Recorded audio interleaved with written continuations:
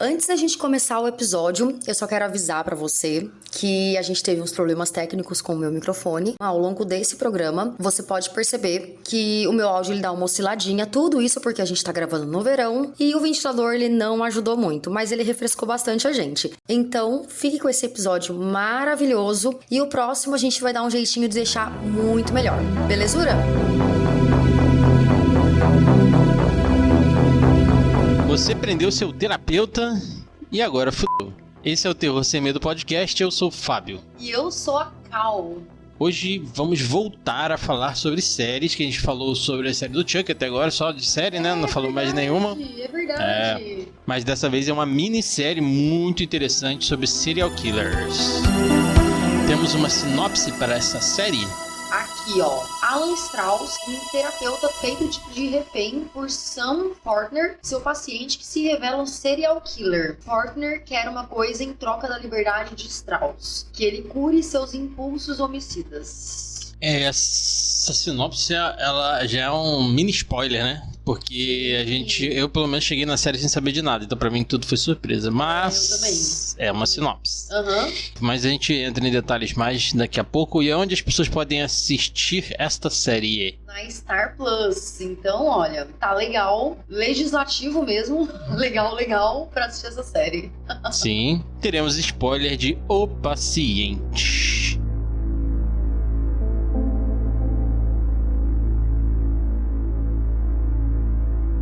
Eu acho que o que me chamou a atenção, eu não preciso nem dizer o que eu acho, mas realmente o que me chamou a atenção, não só a mim, mas acho que a você também, foi o Steve Carell tá na série, né? Sim, verdade. Com um visual bem diferente do que a gente já viu ele em outras séries. A gente viu ele em Morning Show, barbudo, meio filha da puta. A gente viu ele como o Michael Scott, né?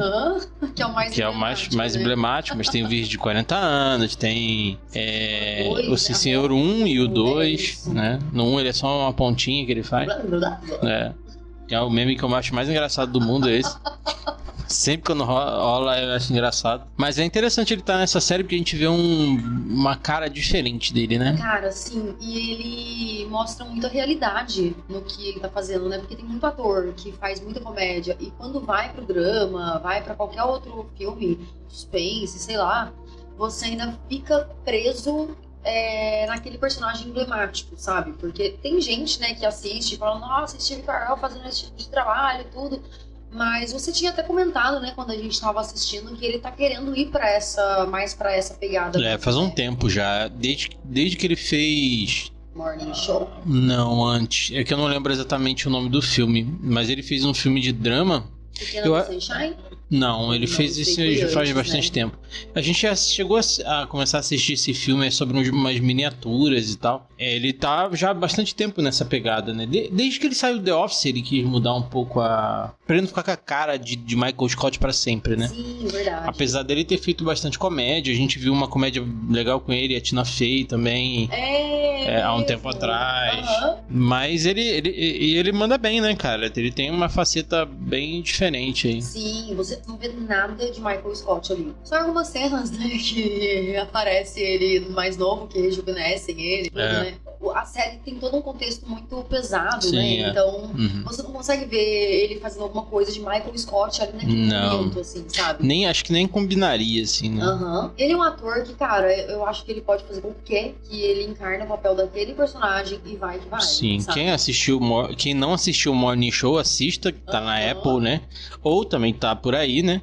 Dá pra achar. Lá a gente vê uma cara totalmente diferente, né? Verdade. É um cara que eu não imaginava que iriam colocar o Michael Scott, não, Steve Carell pra fazer um personagem que nem aquele. Sim, exatamente. Porque Morning Show é também uma série dramática, né? Que tem uns alívios cômicos e tudo. E quando a gente viu que ele tava lá, a gente achou que ele fosse parte do alívio cômico. E não tem nada de cômico na parte que ele aparece, né? Nas cenas que ele aparece. É terrível, Outras terrível. pessoas são alívios cômicos, menos ele. Então você olha e realmente, pra mim, esse foi o momento da transição dele, assim, sabe? De eu ver o Steve Carell como outro personagem. Porque eu não lembrava dele em Pequena Miss Sunshine. Então, pra mim, ali pra mim foi a transição dele pra outros papéis, sabe? Que não seja de comédia, por exemplo. Sim. Eu só conhecia ele em comédia. Inclusive, quando a gente tava conversando, eu tava indicando esse episódio, ó, essa série pro Giz, o meu irmão, ele falou, nossa, o Steve Carell fazendo esse tipo de personagem. E a gente assim, sim, né? Depois a gente até indicou o Morning Show pra ele, né? Porque eu acho que se você vai de The Office pra um paciente, talvez seja uma mudança muito brusca.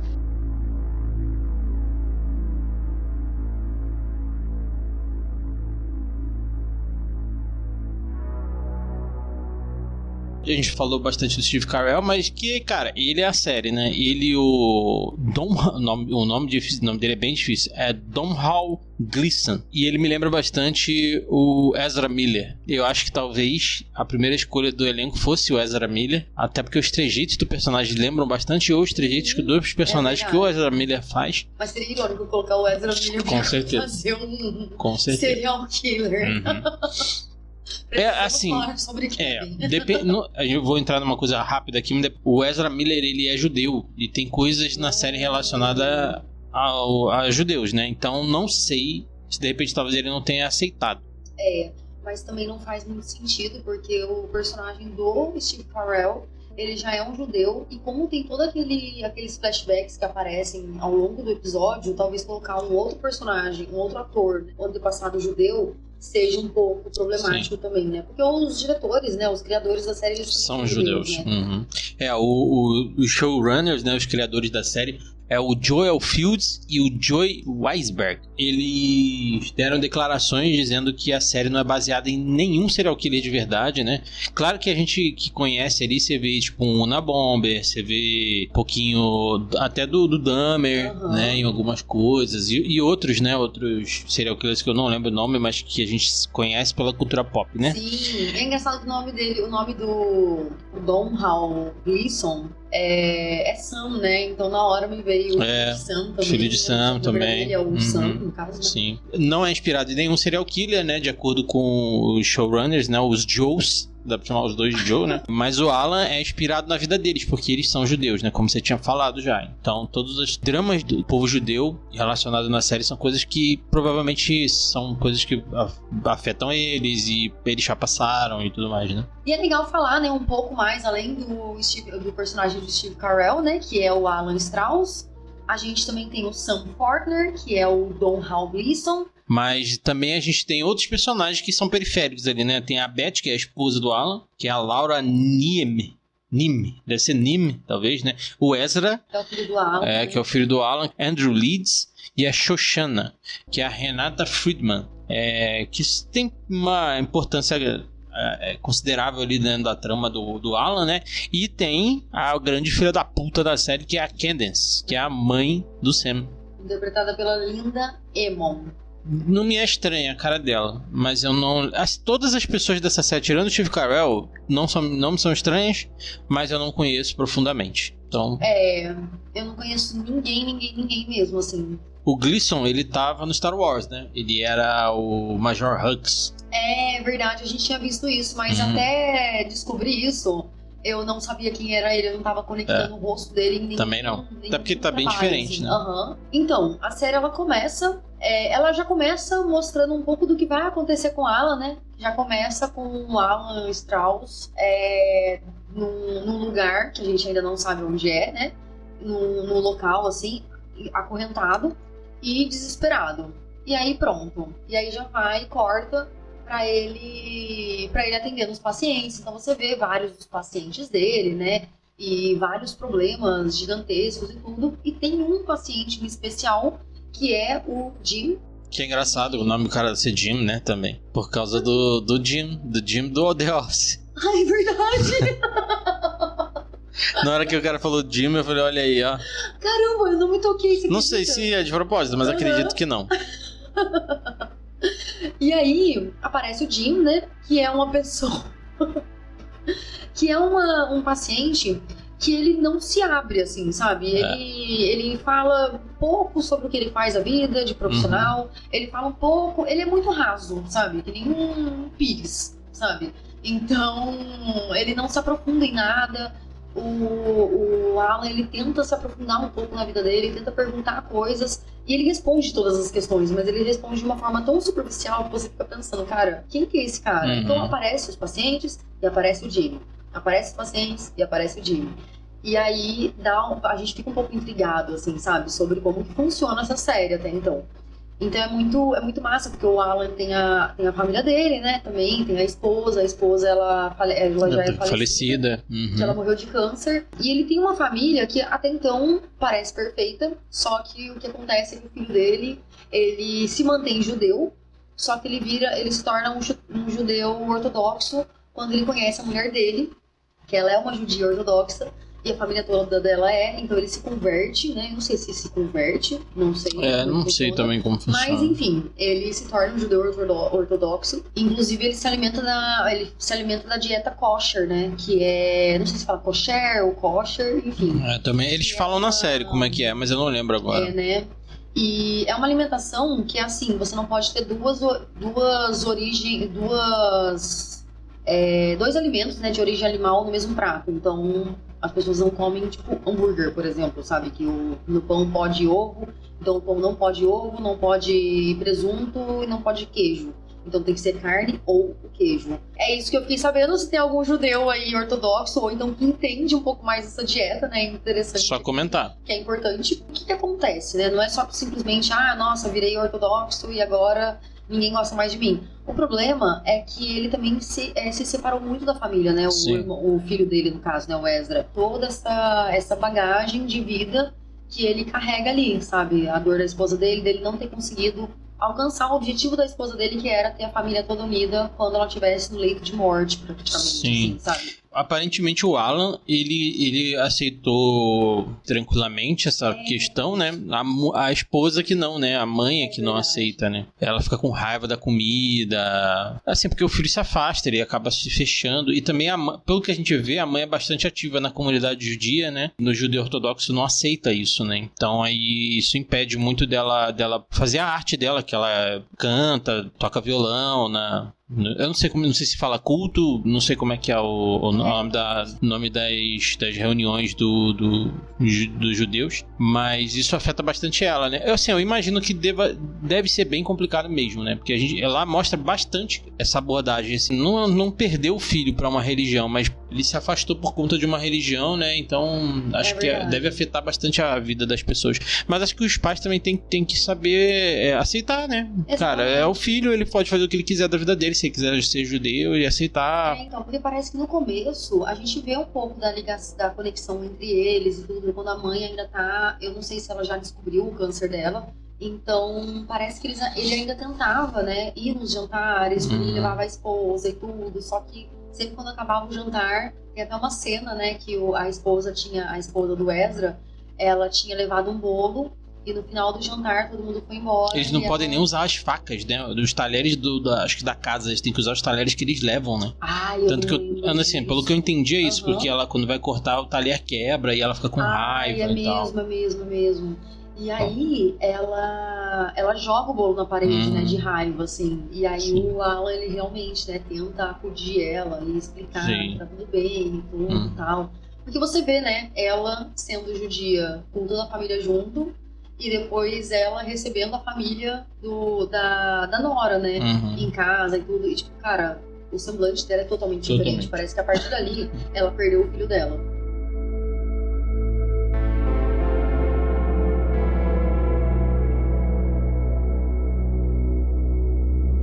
Aí sobre o Sam, que é a parada, que é o Jim, né, até então, mas depois ele se apresenta como Sam. Eu acho que o gatilho que faz com que ele sequestre o Alan, quando o Alan começa a catucar ele porque o Alan fala, você não tá me contando tudo, tem coisas que você não me conta e tal. Eu acho que isso que dá o gatilho pra ele poder sequestrar o Alan, né? Então, que ele cara, ele é um filho da puta, velho. Sinceramente, assim, essa série... Assim, a gente assistiu alguns conteúdos sobre a série, tem uma galera que acha que a série é muito pesada. Assim, eu não achei muito pesada, achei pesada, né? O conteúdo dela é realmente meio complicado ali, né? É uma série que te deixa com muita raiva do Sam, por exemplo. Você fala, caralho, velho, o cara tá trabalhando de boa, velho. E você vai lá e rouba o cara, sabe? Cara, porque o Sam leva ele ao porão da casa, deixa o Alan acorrentado pra fazer um trabalho forçado, né, cara? Então, tem toda até uma coisa que a gente tinha conversado sobre, né? É uma alegoria ali usada pro que os judeus passaram dentro dos campos de concentração, né? De ficar acorrentado dentro de uma sala, tendo que trabalhar forçado. Fazer aquele trabalho físico, né? No caso do Alan, ele é terapeuta, então ele vai trabalhar mentalmente com esse cara e vai ver coisas horríveis ali no porão. Sim, porra, sim. O Sam, ele é um serial killer, né? Então, e ele é tipo um estrangulador, né? Então, ele mata, terrível o jeito que ele mata, assim. Então, o Alan... Ele presencia uma morte, né? Acho que só uma, né? Se eu não me engano, que eu me lembro, ele só presencia uma. Mas a série não foca nisso, não foca nas mortes, porque ela nem é sobre isso, né? Ela é sobre mais uma questão psicológica ali entre o Alan e o Sam. Eles têm uns paralelos na vida deles, né? Eles têm problemas de família, né? Eu acho que não é uma questão só de problema com o pai, eu acho que tem mais problemas ali, né? É verdade. Problema com o pai é uma questão na série, né? Mas eu acho que tem mais coisas, né? O Alan tem problema com a esposa, apesar dele ele ter uma vida boa com a esposa. Você viver com uma pessoa que fica com raiva porque o filho teve uma escolha que ela não queria que ela tivesse, deve ser complicado, né? E ele não tem uma boa relação com o filho, e o Sam não tem uma boa relação com o pai, pelo que, assim, a gente não vê, não mostra pra gente. Então é tudo narrado por ele. Como ele é um narrador não confiável, então a gente não sabe se ele tá falando a verdade, né? E ele também não tem uma boa relação com a mãe, né? Porque por mais que ele tenha uma boa relação com a mãe dele querer proteger a mãe e a mãe querer proteger ele, não é uma relação saudável que eles têm. Então, apesar de ser uma relação que parece que tem amor, quando você vê de fora, imagina-se que ele ama a mãe, por isso que ele mora com ela, por isso que ele cuida dela, não é uma relação saudável, assim, que existe ali entre os dois. Eu acho que a mãe talvez não faça nada por medo dele matar ela. Exatamente. Eu acho que ela se importa tanto com a vida dela que ela prefere morar com um assassino do que morrer. E deixar os outros morrerem também, né? Porque ela é conivente com tudo, né? Então. Por isso que eu falei que ela é a maior filha da puta da série, apesar do Alan ser o assassino, do Sam ser assassino, né? Tem um certo momento da série em que o Sam, ele tá com o impulso de matar um cara que fez que jogou uma propininha ali, porque ele é funcionário público, né, o Sam. Ele quer matar o cara, ele sequestra o cara, leva o cara pro mesmo lugar onde tá o Alan, faz o Alan cavar um buraco pra enterrar o cara. E aí, em um certo momento, ele mata o cara, né, infelizmente. Mas o Alan consegue convencer o Sam a não enterrar o cara ali, né? E nesse momento ele até tenta, ele faz um bilhetinho pra poder alguém achar o bilhetinho, pra ele poder sair de lá do cativeiro. Só que o foda é que esse buraco, assim, a gente tá falando da série, então, tipo, a gente vai e volta, porque a série é um vai e volta o tempo inteiro, né? Verdade. O Alan, ele cava a própria cova, né? Isso era uma coisa que também os judeus faziam, cavavam a própria cova, né?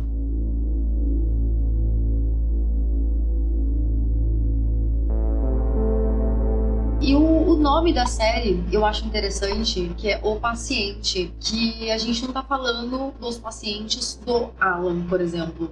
A gente nem tá falando do Sam em especial, tipo, o único paciente da série. Na verdade, todo mundo ali é um pouco paciente, né? O cara que o Sam levou pro porão, o Alan faz uma terapia praticamente com ele, pra conversar com ele, pra deixar ele mais tranquilo, porque ele tava mega ansioso lá. A esposa do Alan também. Tem a mãe do Sam também, que ele conversa bastante com ela, tudo tal, também, assim, sabe? Então ela conta coisas sobre a vida dela, sobre a vida do Sam, essas coisas.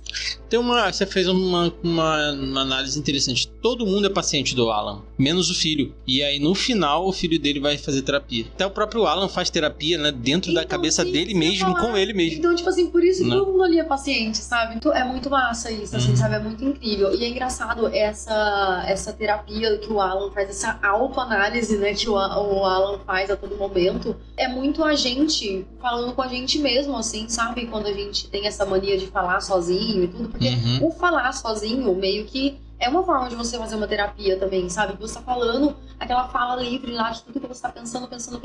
De repente, no meio de um processo de pensamento, assim, você acaba achando alguma solução, sabe? A solução pode ser trágica e drástica, assim, que é o que ele pensa também, né? Ele pensa em várias coisas, né? Ele pensa em coisas pequenas, ele pensa em coisas grandes, ele fica olhando para um vaso, ele fica paranoico com um vaso. Fica paranoico com o vaso, de água, que toda hora ele imagina ele jogando jarro de água, que não sei o que.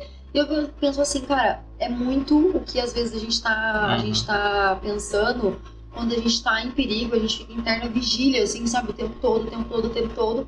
Chega uma hora que você fica mesmo paranoico com um negócio e pensa, será que aquilo lá eu posso fazer?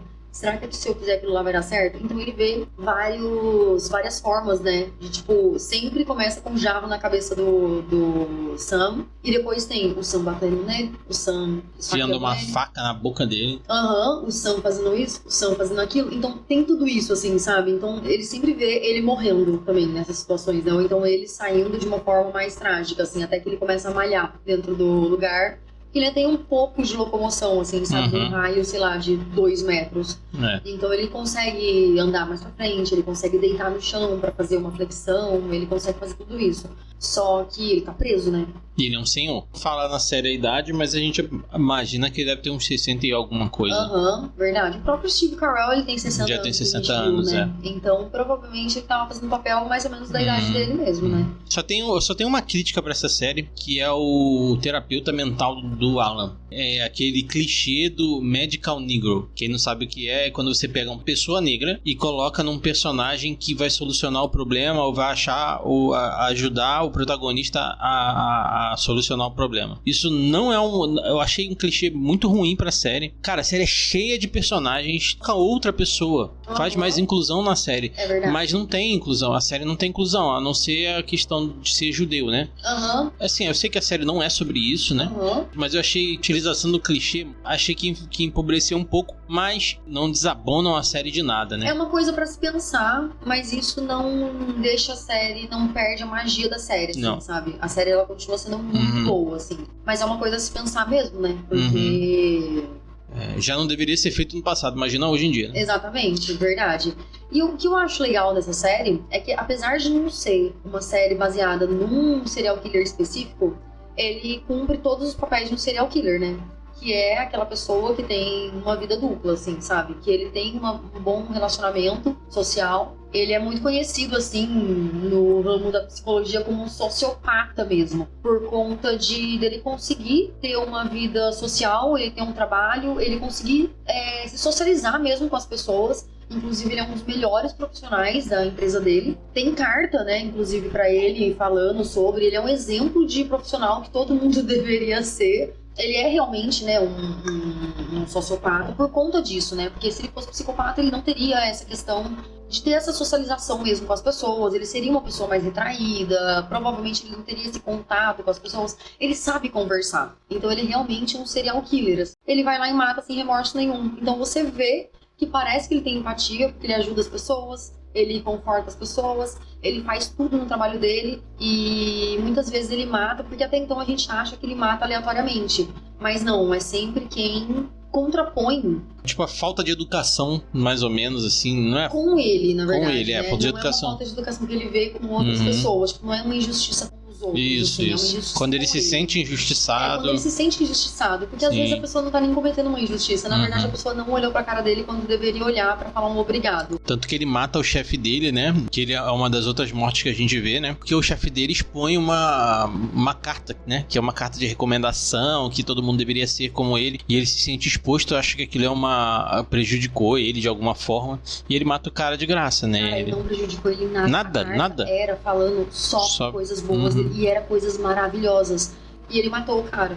Sangue frio, assim, bem seco. Ele tem essa coisa mesmo dele estrangular a pessoa e ficar olhando pra cara dela até o momento que ela morre. Isso que é o mais sádico, assim, sabe? Eu acho que é por isso que a série, ela não tem aquele peso de ser sanguinária nem nada e tudo. Mas ela tem esse peso psicológico, sabe? Assim, que é muito ruim. Entende? Que ele é uma pessoa que tem uma aura muito ruim. E dá pra ver que ele tem um gozo ali, né? Não sei se é literal, mas ele tem um prazer ali. Exatamente. É tipo um prazer que a gente vê no Michael Myers nesse último filme. Tem uma coisa que a série que eu achei foda, assim, que isso foi, cara, de mostrar como é que é o trauma, né? O Sam causa vários traumas no Alan, né? Porque ele mata um cara na frente dele, ele prende ele faz ele reviver coisas que os antepassados dele viveram. E ele fica vendo aquilo várias vezes, por vários ângulos diferentes, vários momentos, e sonha com aquilo. E assim, cara, posso dizer, de experiência própria, que aquilo é muito real, cara. Há pouco tempo atrás eu passei por um trauma bem complicado. E em muitos momentos, até hoje em dia, eu revivo isso às vezes e do mesmo jeito. E isso foi foda. Se você tiver muito mal, é bem difícil, né? Tipo, se eu estiver passando por um tratamento psicológico... Acho que se eu tivesse assistido essa série enquanto eu tava no começo do meu tratamento, eu talvez não conseguiria assistir, talvez me desse muito, muito gatilho. É verdade. Mas agora inclusive, não. Se você tá no momento... Tipo assim, se você tá fazendo terapia e tá no momento de lidar com coisas traumáticas, talvez é bom não assistir agora. Pesada mesmo, assim, sabe?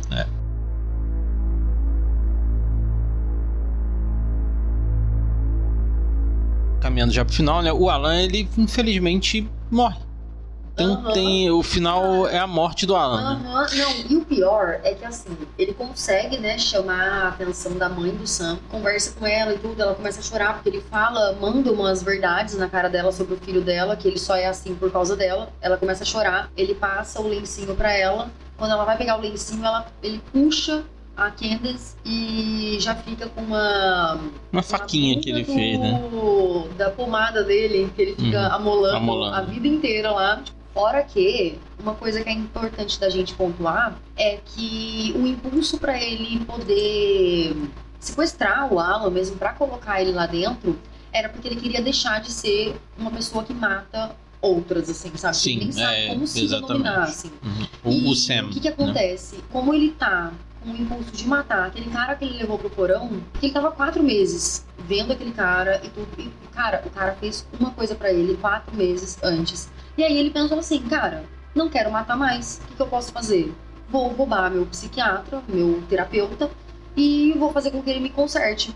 Sabe, assim, em dias, entende? Cara, ele teve uma vida inteira de traumas, que não sei se ele nasceu desse jeito ou os traumas fizeram com que ele, uma criança boa, se tornasse uma criança ruim, não sei, porque a gente não sabe muito da vida do Sam, fora o que ele conta pra gente, né? Ele quer que o Alan, ele praticamente transforme o cérebro dele, assim, sabe? A forma dele pensar. E ele não consegue, né?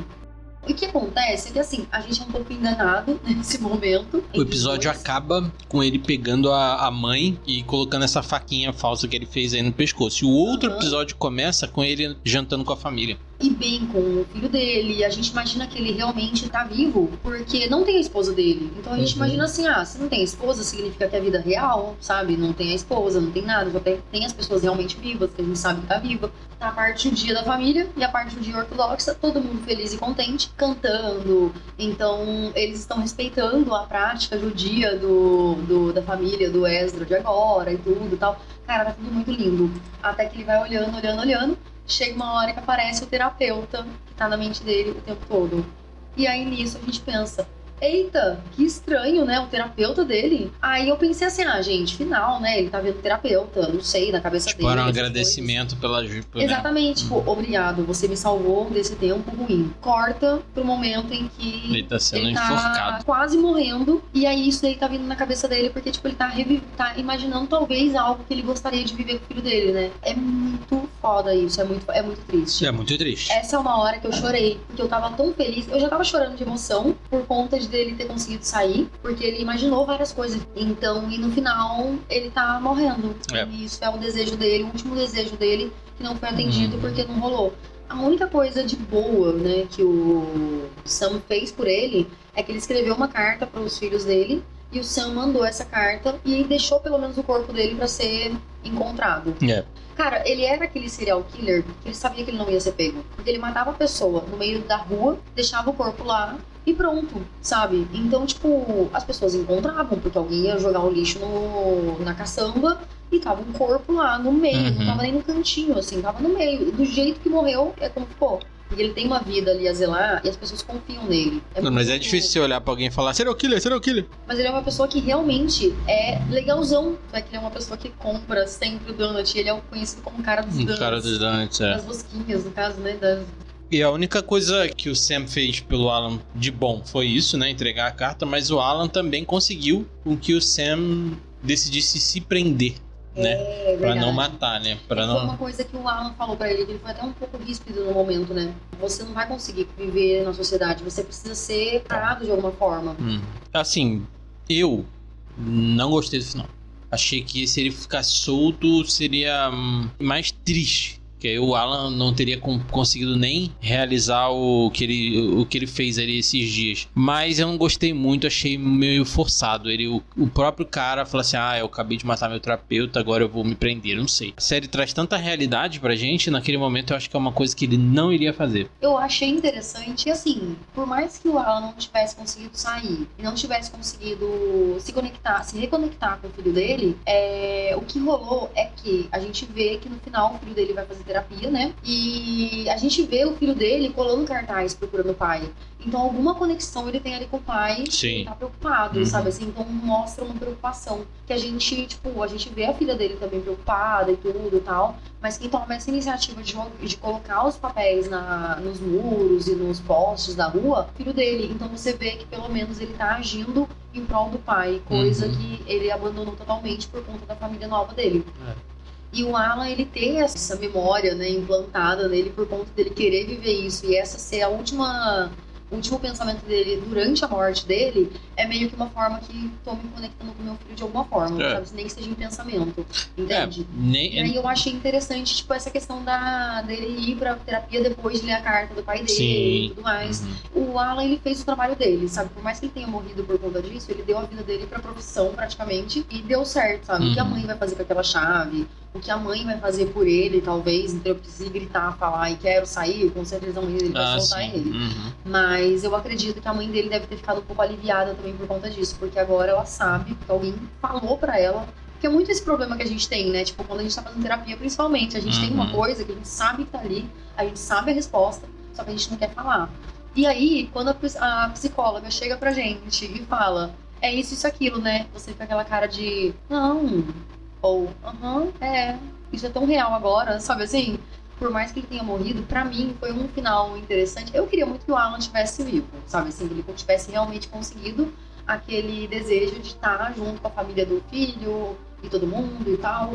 O Alan viveu, eu já imaginava que isso não iria acontecer de alguma forma. É aquela máxima de que em todos os momentos, por pior que seja, sempre dá pra tirar alguma coisa boa, nem que seja uma lição, pelo menos, dali, né?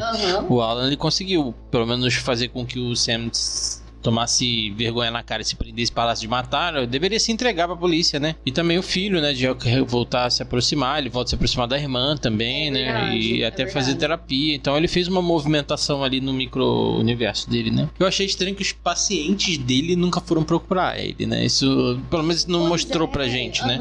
Mas eu achei... que a gente até ficou pensando, cara, mas... Se ele tem paciente, por que eles não investigam os pacientes, né? Porque não mostra, né? Lembrou que não era o Jimmy, né? E só tinha 3 dias também, verdade, né? Verdade, tem isso também. A gente acha que é muito tempo, mas são só 3 dias. Se as pessoas vão uma vez na semana, em 3 dias você já foi na sua terapia. Sim. Que nota você dá pra essa série maravilhosa? Ai, é 5. É 5. Pra mim é 4. Eu tiro meio por conta do questão do Magical Negro. Achei que não precisava disso. Podia ter mais inclusão na série. E também pelo final que eu não gostei achei muito irreal ele se prender. Eu acho que ele não faria isso, porque ele era um filho da puta desde o começo. Eu acho que não iria se prender.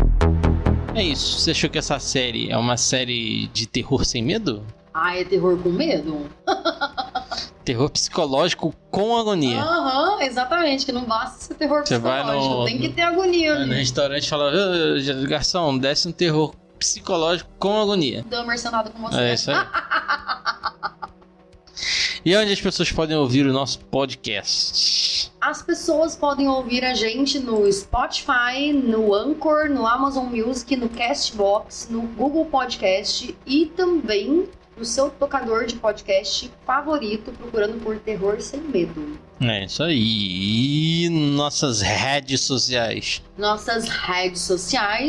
Nós estamos no Instagram com @terrorsemmedo13, tudo junto, e o 13 numeral. E também você pode mandar uma mensagem pra gente lá no nosso e-mail, terrorsemmedo13@gmail.com. E a gente, quando tiver comentários e e-mails suficientes, a gente vai fazer um episódio. Ainda não aconteceu, a gente está no começo, a gente sabe, nosso podcast ainda não é tão conhecido. Então compartilhe o nosso podcast com 5 pessoas. Não precisa ser com 5, com 3. Você que está ouvindo, compartilha com 3.